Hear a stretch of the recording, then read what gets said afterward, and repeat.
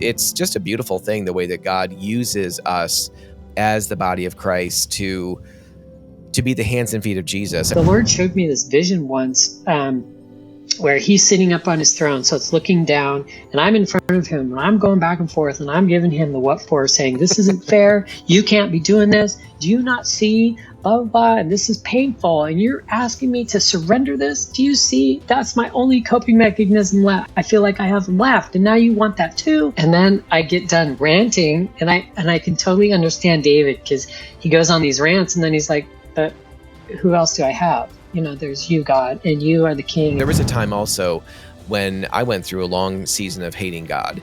And of course, who I was actually hating wasn't God. It was my idea of who God was. He was never threatened by the questions that I had or my attitude or anything. He still managed to bring me around.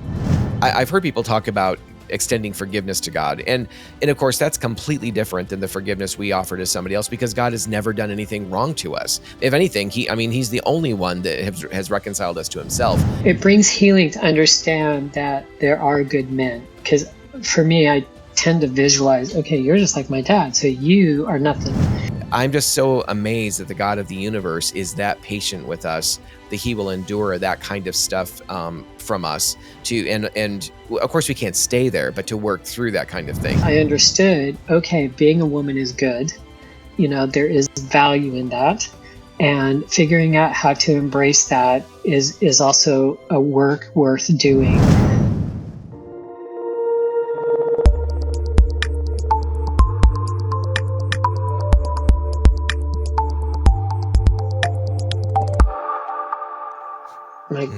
He's going, and then I realized from his embrace like that, it pulled out this feminine response that I'm like, oh my gosh, something's leaking out and I don't know what to do with this. Right. But his masculinity pulled out my response to him and my femininity, and I didn't know what to do with that, and I was talking about it with somebody later, processing. I'm like, this guy came up and hugged me and he totally undid me. I was like, I didn't even know my name. And he goes, oh, that was the true masculine calling to your true feminine. I'm like, is that what that was? Because that was amazing, scary, amazing. Yep. And so this whole conference just poured in and pulled out the good. It was amazing. Yeah. Well, and it's interesting that you say that too. I love how God orchestrates what we need, because I've been involved with Living Waters, Melissa and I, my wife and I, for the last 20 years or so as regional coordinators and running the program all that time, or since we've been involved personally ourselves. So it's and I've been to many trainings, and Melissa has too, and love doing that. And they're very pretty sticklers about making sure that men are ministering to men and women to women. And they do understand that there are times when maybe it's through the abuse of a mother toward a boy, or the abuse of a father toward a daughter, or what have you, or the absence, the chronic neglect, whatever, that there are definitely times when the Lord wants to minister to us through the other gender. But usually the way that they minister is by, women putting a hand on the shoulder of a woman, and always wanting women to feel comfortable, especially women to feel comfortable with the ministry that's coming to them, but also the men as well.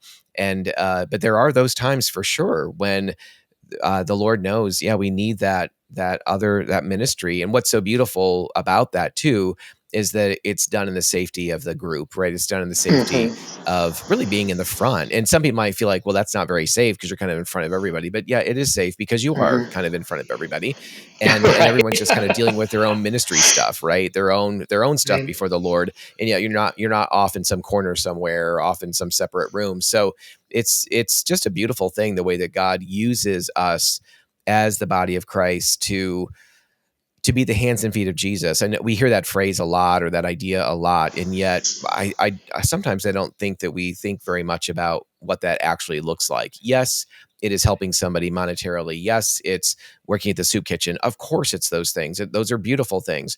But also it's it's allowing our hearts to really connect with the heart of another broken person who, because our hearts have been broken, because we've gone down, some similar pathways or whatever.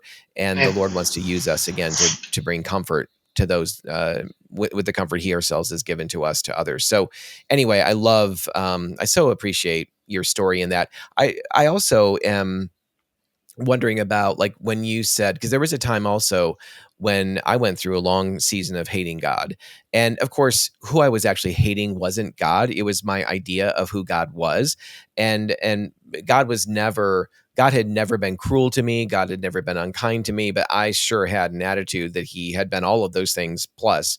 And I thought that he hated me, and so I was basically going to return the favor.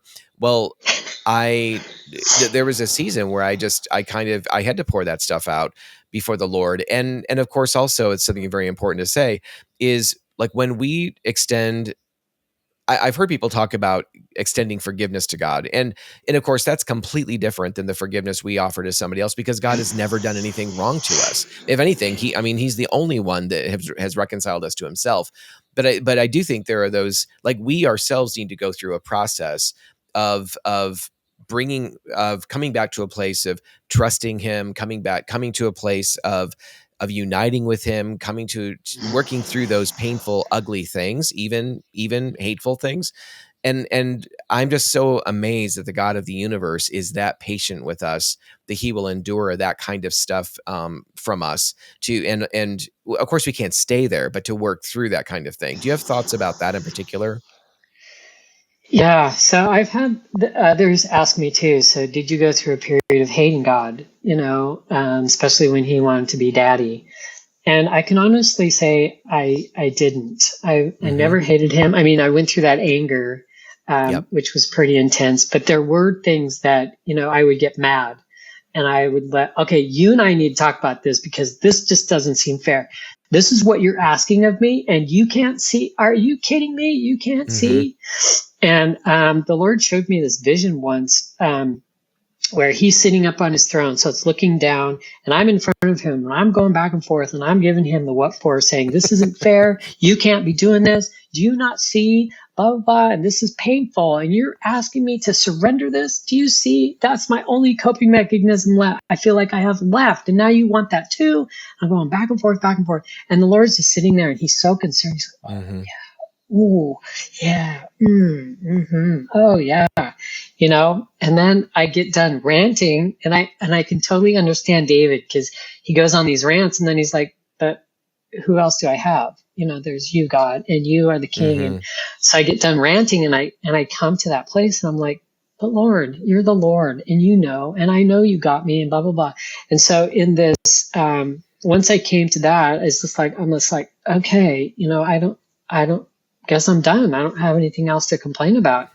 And then in the vision, he shows me crawling up on his lap, and he puts his arms around me. And I'm just like, wow. And it was from that experience that I realized, you're not afraid of my questions. You're not afraid of my anger. You're not afraid. Yeah. Because I went through another season too, where he was telling me all these things that I needed to be obedient to, and I was done. I'm like, Lord, I'm not doing that. I can't. And besides, who are you to tell me what to do? Who are you to tell me what to do? I know you're God, but who are you really? What makes you think you can always tell me what to do? Kind of rebellious, bratty little kid. And so I get out the graveyard, and I'm like, you know what? We're going to settle this today, because I want to know, who are you to be telling me this stuff to do? What gives you the authority? And I relayed this story to other people, and they're like, you talked to the Lord like that? You asked him who he was to be telling you? Like, I did, because I needed to know. So I get out of the car, and I'm standing in this roundabout looking down over this valley. I was just like, Lord, I just need to know. I just need to know. And I don't know how to explain it, other than I feel like the Lord pulled back this curtain, and I saw this glory that there's no words for. And I'm like, okay, you are God. You are God. You're God. I have no doubt now. I have no doubt. And it was like it was like a slice of heaven that I got to see or something. And I felt it. And I'm just like, I mean, that settled it. I'm like, you're God. All right. So what was it you wanted me to do now? Yeah, You exactly. know? Yes. But it was so cool because he's like, okay, I need to settle this for you because you're kind of stuck. And he's not Mhm. afraid of, you know what, this is who I am, you know? Yep. And now you get a choice. Either you do what I'm asking or you don't. I'm Yep. like, Right. okay, you know? Yeah. So Well, oh, sorry, go ahead. I was just going to say, he was Did never I interrupt you? threatened by yeah, Yes. he was never threatened by Yes. the questions that I had or my attitude or anything. He still managed to bring me around. Yeah.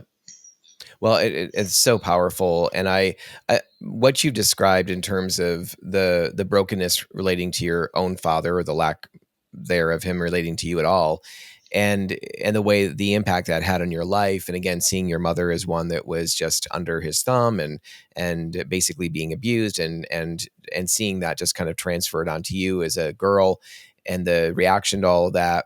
But and you talked about Living Waters and having an experience with a couple of these guys that were safe and prayed up and that kind of thing, part of the leadership team, and how that was very healing. And I love, again, that God just gives us over and over and over again opportunities for him to bring healing to specific places through the body of Christ, that without the body of Christ, the healing doesn't come. Like you experienced a lot of healing directly from God, which is beautiful. And I have too. I think he does that for us, but he doesn't do it all just between us and him. He really does require that we allow imperfect, broken people into our lives, that he uses them as a conduit in their lives, to be a conduit of his grace, to meet certain needs and to bring healing to broken places. So you mentioned spiritual fathers.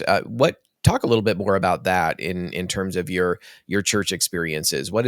How have they served God in ministering to you in your life? Sure. I think the best example of that, as far as a spiritual dad, and um, and then again as a brother, was when I lived with the family.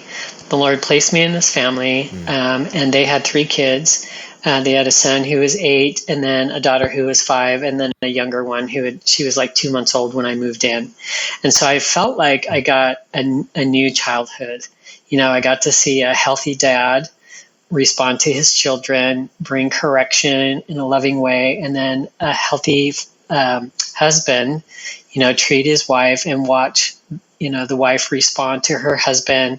I watched him do stuff for his wife. And at first I'm like, wow, my dad never did that. You know, what are you doing? Is that okay? Are you supposed to do that? You know? But, you know, he would do the dishes, he would do all this stuff. And I'd be like, because my dad would be like, great dinner. And then he'd go sit down, and Right. my mom is, you know, left to clean up, or, you know, she would make the meal. But here he is helping his wife, you know, and I can remember, you know, him stopping what he's doing and talking to his children and saying, okay, what was your question? What did you need help with? Okay, you know what? Let me finish this one thing and I'll be right there. So he'd finish that one thing and he'd go right over there. And I can remember Abby, the littlest one, there was a wood stove and she constantly wanted to touch it, you know, and he would tell her, sweetheart, that's hot. It's going to burn your fingers. And she had done it one too many times, and he took her hand and he slapped her fingers. Of course, she had never been, I mean, it wasn't even that hard, but it was the shock that my dad hit my hand, you know, and she's sobbing. So he picks her up, sets her on his lap, and he's like, sweetheart, I needed to teach you a lesson. You can't touch that. That's, you know, and I'm just like, this is really happening. You're explaining to her that why you did. Wait, okay, that just rocked my whole world, because here he disciplined her and then he brought the comfort too. And I'm like, okay, is this really happening? You know? And then to find out years later, I was with them like 3 years ago. We were all hanging out, and I said, you know, I just want to thank you guys, because everything that you've poured into me, my life is now fruit of your obedience, fruit of your labor. Yes. You know, all the things that you were obedient to, I get to be the fruit of that.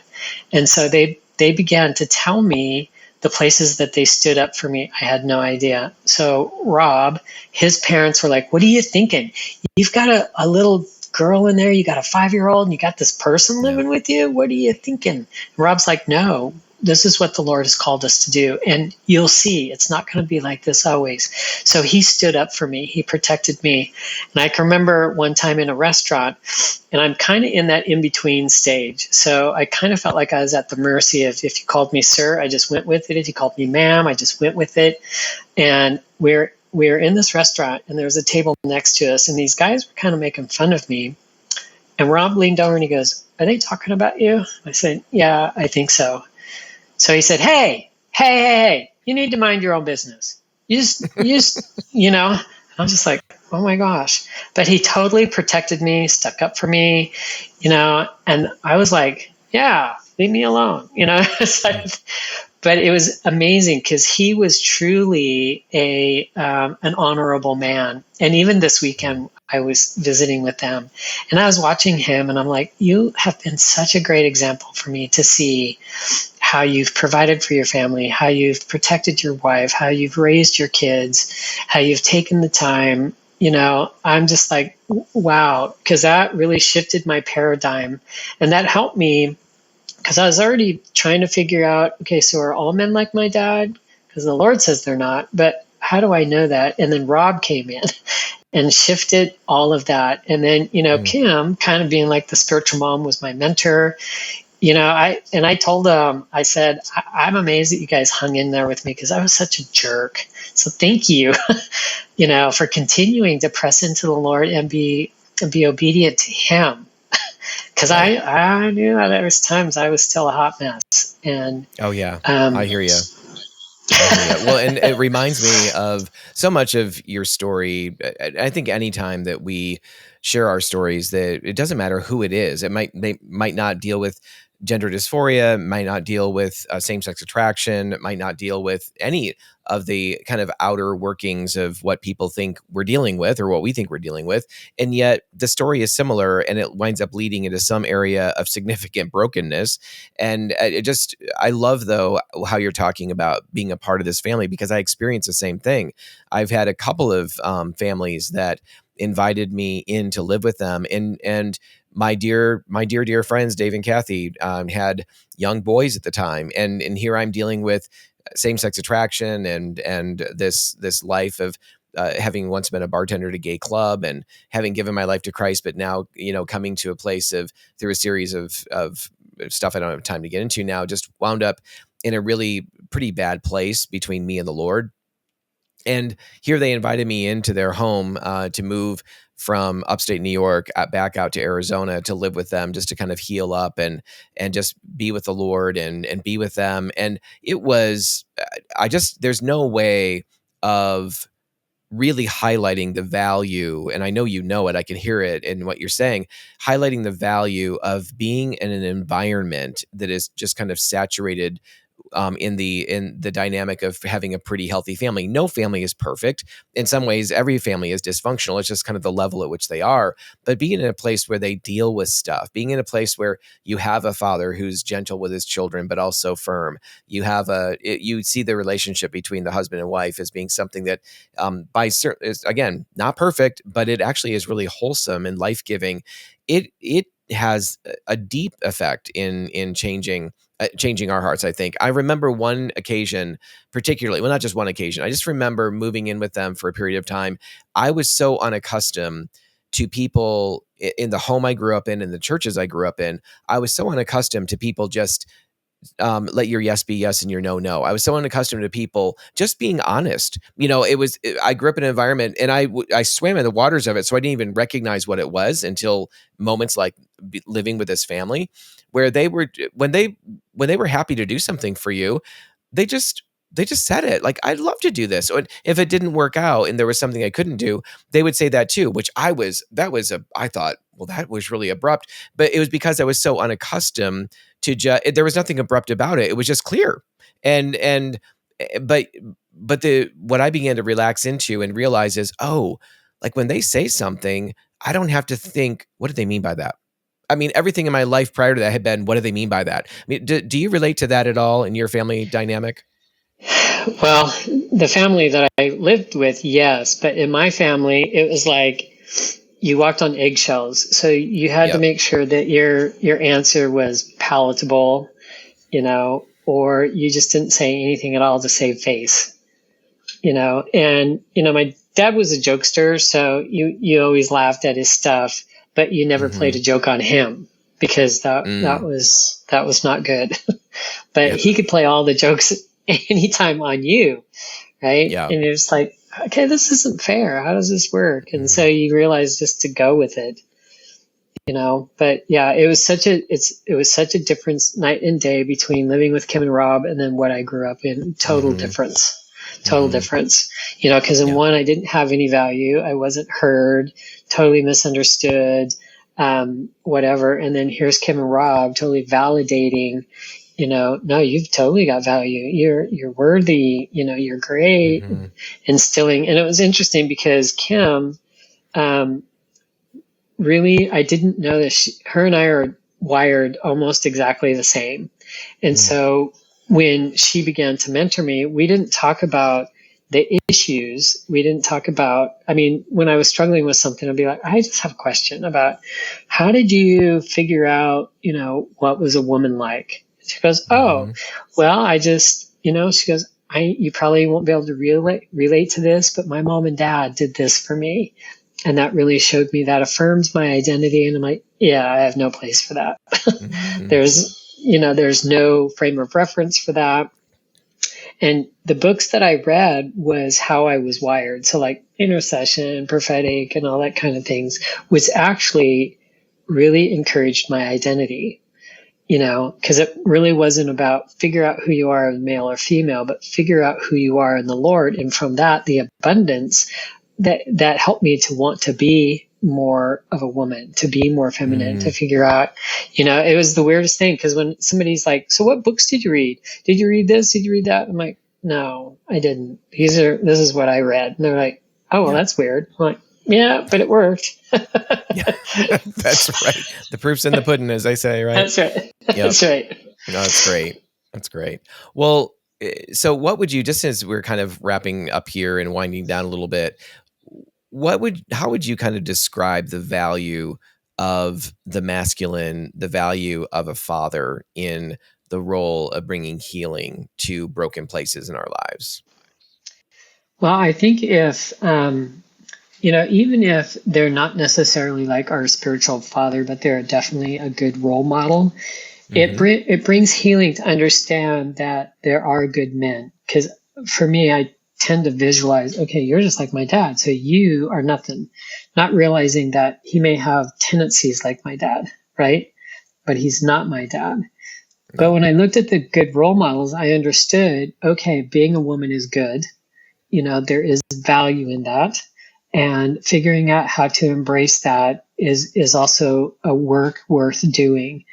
It also showed me that boundaries are good, because even as a woman, when you grow up in a broken household, when a man does something that's not appropriate, you have that gut feeling. You're like, I don't think this is good.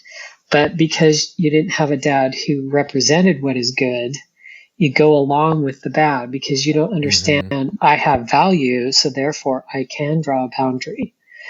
And that's one of the things that I saw in Rob is if, you go back to the honesty, if Rob did something, Kim was like, that's not going to work. We need to talk about this. And I was like, okay, now they're going to fight. And they never did.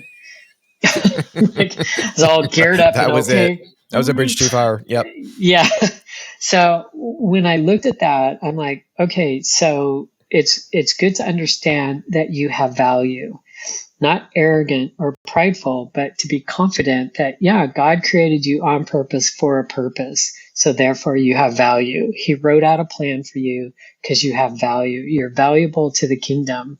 And it's figuring out what is that purpose and how do I carry that out? Lord, what do you say about that? And allowing the Lord to speak into that place. And Rob was just such a great example of, kind of showing, okay, I'm going to be this really healthy role model, even for my daughters, because then they're like, you know what? I can understand how now to interact with the opposite sex in a healthy way, and I saw that too. Okay, there is a healthy way to interact with with a man. And I don't have to be afraid of that, because that's one thing that my dad instilled, because he's constantly accusing my mom of having an affair. She never did. So I don't know why he was so insecure. But when in my healing process, to sit next to a man, I'd be like, is he thinking I'm inappropriate? Is this okay? He's married. Is his wife going to freak out because I'm sitting next to him? But when I watched that, I was like, okay, there is a healthy way for men and women to interact and it not be sexual. It's just, you're a man, I'm a woman. We know there's natural boundaries. And I was like, okay, that really tweaked my thinking too. Cause then I'm like, okay, I can sit by some guy and not be afraid, one, that he's going to do something inappropriate, or that he's thinking I'm inappropriate. So this whole undoing of thinking process was amazing. Yep. Well, and I love what you're saying there in terms of bringing that out, Kathy Grace, because so many of us have a myriad of thoughts in moments, it seems like. And those kind of thoughts, oftentimes we might feel like, oh my gosh, I'm really bizarre. Why am I thinking about this? Why am I fixating on this? But that idea of being in a place and wondering, oh my gosh, is his wife thinking that I'm going to be inappropriate, or that he's going to be inappropriate, and all these different layers of things that really the Lord just wants us to be able to come to a place of being able to receive healing and therefore being able to rest. And yes, there are ways that women should be, and God's given a grace for them to bless one another and to be, closely connected, and for brothers in Christ to have that same thing. And there's a different and special union between ourselves and our spouse if we're married that's unique from everything else. But we can have these deep and really connected bonds of love and brotherhood or sisterhood within the body of Christ. And so I love how you just kind of described some of the things that can get in the way of that. As for those that are listening or viewing, I would also love if you could kind of give us a little bit more of a picture of what the forgiveness looked like with your dad, and the reconciliation. And those two things can be very different. Sometimes, we're always called to forgive, but sometimes reconciliation is unwise and not possible. But oftentimes forgiveness leads to reconciliation because it can be safe. But you also talked about the need for boundaries and recognizing what those were. And if he started stepping on kind of you as a person or whatever, violating some of that stuff, you were able to put up a boundary. And that's a very good thing too. So I'd love for you to speak to kind of all of that a bit. I know it's a lot, but is your dad still alive? No, my dad passed 12 years ago. Okay. And I'm so grateful for the process that I went through, because I grieved that as a loss. It truly was a loss for me. So the forgiveness, I worked with two women, and they said, I want you to come with a list of all the offenses that you believe you have with your dad. And then they're like, and then sit with the Lord to see if there's anything that you didn't write down. So I did all that. I bring this piece of paper, and it's like full of stuff. Right. And so we start working through, Lord, I forgive my dad for this, how abusive he was, the language that he used. And he had a mouth like a sailor, that guy, colorful adjectives all the time. And so as I worked through that forgiveness, and then they're like, okay, so now we want you to bless him. And I'm like, no, I'm not doing that. And I left. I'm like, no, I'm not. So I'd faithfully come back, but then they're like, okay, so we need you to bless him, because that's how you release it, because you can't hold him in this place. I'm like, oh yes, I can. I left. And so finally the Lord's like, seriously, you truly need to bless him. And it doesn't release him from what he's done. It releases you from what he's done to you. And I'm like, okay, well, why couldn't they have just explained that to me? Then it might have been easier, because it took about 3 weeks for me to get to the place of blessing, because I couldn't understand why he gets a get out of jail free card, until the Lord said, yeah, it's not for him. It's for you. I'm going to deal with him, but you need to release him so I can deal with him. Oh, okay. So I go in, and they're like, okay, are you ready to bless him today? And I said, I think so. And so they're like, wow, really? And I say, yeah, the Lord explained to me that it was not just letting him go, it was releasing him to the Lord. It was for me. And they're like, yeah, sorry, we should have told you that. And I'm like, okay. So it took a bit still, because there would be certain things, to bless him for. I couldn't get around it yet. My heart, I knew that was the right thing to do, but I just didn't want to do it to check it off the list. I'm like, my Yes, heart needs to be exactly. in the right place. So that the whole forgiveness process probably took about 10 weeks, just working through the forgiveness part too, because I would just sob and sob and sob after I forgave him, because it was like there was so much pain behind those offenses. And then once I got to the forgiveness part, they're like, okay, wow, this has been amazing, now you don't have to come and meet with us anymore, and if anything else rises up, you just say, Lord, I forgive my dad for, and I bless him, whatever. And I'm like, okay, I can do that.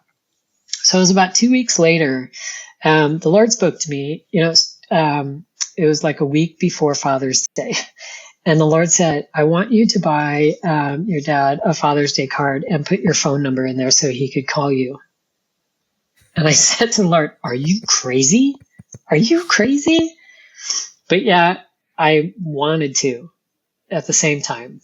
And because honestly, there was that need. I wanted my daddy to be proud of his daughter, right? I wanted him to be proud of me for this work that I've just done. And so I went to the store and I'm looking through these cards and I'm just like, nope, not saying that. Oh, no, no. Yes. So, I find this very, it was painful just picking out a card, Yep. So I find this very generic card. Happy Father's Day. And I think it said Daddy in it. Happy Father's Day, Daddy. And so I just signed my name and I said, if you ever want to get together for coffee, here's my number. So I sent it on a Thursday. It takes about a day. He called me Saturday. It's like, are you kidding me? I know. He wanted to talk. And so I took his phone call and he's like, hey, so were you serious about meeting for coffee? And I'm like, I am.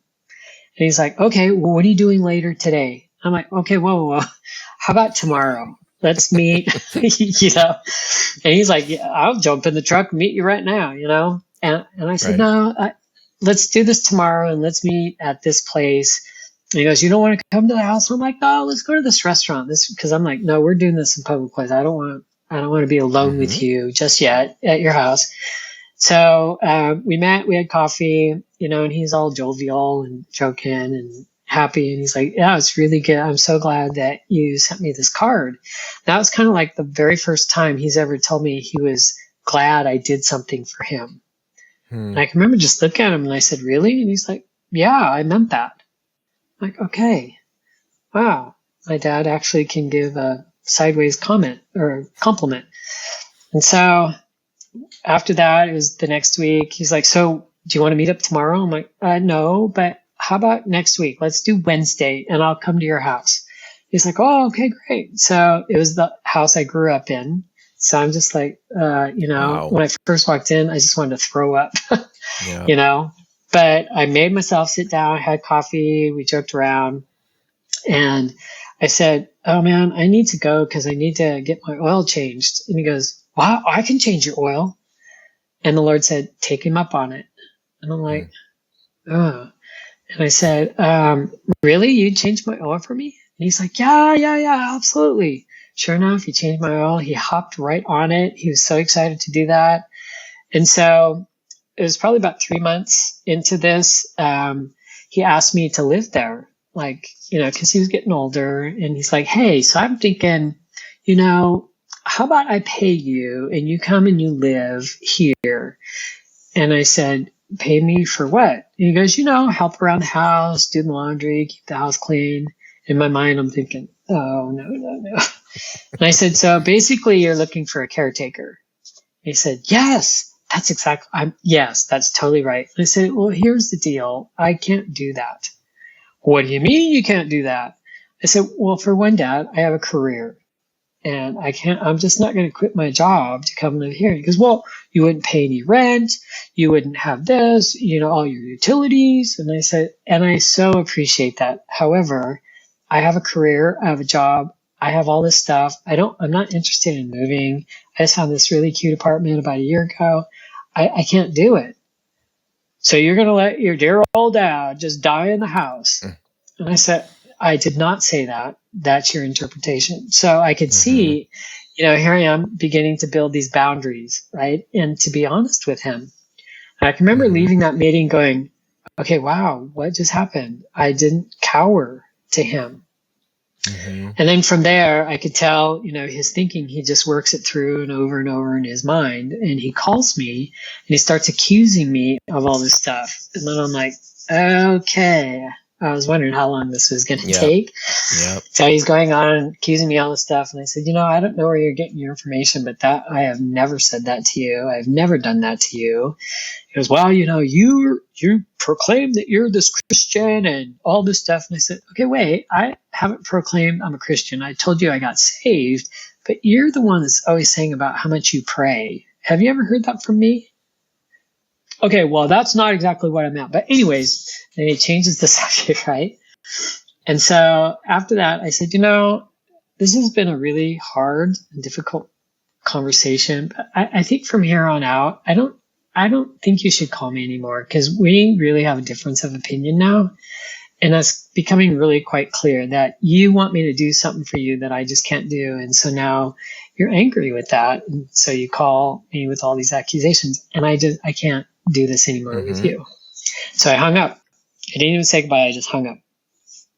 And I said to the Lord, Lord, I've done this reconciliation now. And I said, my dad is showing me he's just not a safe man. How much longer do I stay in this relationship? He's still the abusive man that I know. And so my brothers invited me over to play pool with him. So it was my dad and I have a younger brother and an older brother. So we're playing pool and my dad is being the jerk. And so I said to the Lord, Lord, he has not changed. And you want me to reconcile with this guy. He has not changed. And the Lord said, I'm not asking him to change. I'm asking you. I'm like, are you kidding me? And what I realized what the Lord meant was that to kindly continue to draw the boundary and to cut the relationship. Because after I left there, the Lord said, you know what? You're right. Your dad is not a safe man anymore. And you don't have to continue this relationship any longer. And I said, seriously? He's like, yeah, seriously. So I'm like, all right. So the next time my dad calls, I said, I really mean it this time. Please lose my phone number. I can't talk to you anymore because Dad, really, honestly, you're abusive and this is not healthy. Our relationship is not healthy and it's growing more and more unhealthy and I can't participate with this. And I said, I'm hanging up now. And I hear as I'm putting the phone to the receiver, don't you hang up on me. Don't you hang up. Click. It's like, sorry about that. But yeah, I ended it and it was interesting because for a week I felt this feeling. I just felt blue and sad. And I said, Lord, what is this that I feel? And the Lord said, your dad hurt you and you're experiencing that hurt now as an adult. And today you can deal with that. I'm like, oh, wow. And then it was probably, 10 years later when my dad passed. It was sad to me. And I was like, Lord, I know I didn't have a relationship with him, but now, like when I'm gardening still, it's like, man, I wish I could call my dad because he would know what to do. And my brothers and sisters are like, are you kidding me? He's the biggest jerk and blah, blah, blah. I'm like, I know, but he knew what to do. But they haven't worked through any of that forgiveness. And so they were all celebrating, that he passed. And I'm like, oh, because he died alone too. Yeah. And I felt so bad for him, but I knew that would happen. The Lord showed me, your dad's going to die alone. Yeah. And I'm like, that's even more heartbreaking. But a thing you're describing in terms of the Lord's grace and mercy in reconnecting you guys. And yes, even though it's sad. I mean, it could have been something that could have been a blessing for him, and as well as for you. And yet, even with it not being that, that there's still there was still a kind of healing, a release, a healing that allows you to actually feel, to humanize him, to have a tender heart toward him, as opposed to celebrating that he's dead, or just not, or feeling numb, completely numb. And I think that just really underscores and highlights the power of forgiveness that God gifts us to be able to release. Right. Well, and I think part of it was too is after I'd worked through all of this forgiveness stuff, the Lord showed me my dad's heart. And he said, your dad did love you. He just couldn't give you what you needed. He didn't know how to love you. He was bankrupt. He didn't understand he had value. So he couldn't give you what he didn't have. And when the Lord showed me that, I was so grieved. And it was, I had grace for my dad. It's like I totally understood. And even though he was starting to turn to his old wretched self that I grew up with, I had grace for him because I totally understood, and I understood his thinking and how he would go around and around in his mind and get all worked up about how he was wronged. And then, he had to release it. And so I was that punching bag, but I was like, wow.